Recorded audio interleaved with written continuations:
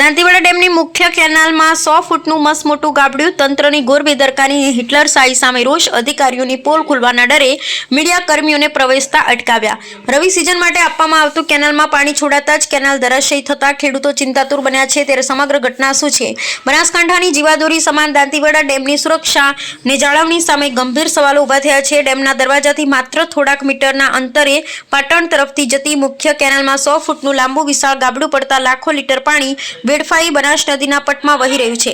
આટલી મોટી દુર્ઘટના છતાં જવાબદાર અધિકારીઓએ સ્થળ પર પહોંચવાની તસ્દી ન લેતા સ્થાનિકોમાં ભારે આક્રોશ જોવા મળી રહ્યો છે. રામજીભાઈ રાયગોર સાહેબ, અત્યારે આ જે દાંતીવાડા ડેમની બેદરકારી સામે આવી છે, જે લહેર છે, આ મુખ્ય લહેર છે અને લહેરમાં જે ખેડૂતોને પાણી છોડવામાં આવે છે અને અત્યારે લહેરમાં મોટું ગાબડું પડવાથી મોટી ઘટના સર્જાઈ છે.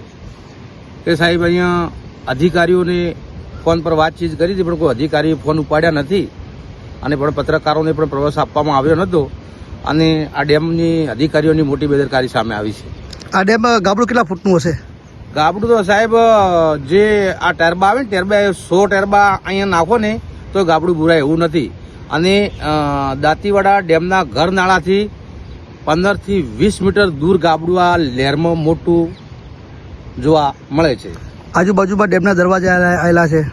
સાહેબ, દરવાજા આવેલા છે ને ડેમને કીધું ને તમને કે 20 ફૂટ દરવાજાથી ગાબડું દૂર છે. હાલ પાણી કોઈ બંધ કરવામાં આવ્યું હોય? પાણી તો સાહેબ હાલ ચાલુ જ છે, કોઈ બંધ કરવામાં આવ્યું જ નથી. કોઈ અધિકારી બીજા? કોઈ અધિકારી તો અહીંયા સાહેબ કોઈ છે ને કોઈ પાણી બંધ કરવામાં આવ્યું નથી. પાણી છે એ બનાસ નદીમાં જાય છે. તો બનાસના નીચાણવાળા જે વિસ્તારો છે ત્યાં કોઈ ગામમાં લોકોને જાણકારી હોય? કોઈ સાહેબ સોશિયલ મીડિયામાં એવી પોસ્ટ નથી જોઈ કે જે દાંતીવાડા નહેર તૂટી ગઈ છે અને પાણી બનાસ નદીમાં છોડવામાં આવ્યું છે, એવી કોઈ સોશિયલ મીડિયામાં પોસ્ટ જોઈ નથી. એટલે સાહેબ, હું ના કહી શકું અધિકારીઓને કે જાણ કરી છે કે નથી કરી. તમારું નામ શું? મારું નામ કમલેશસિંહ વાઘેલા.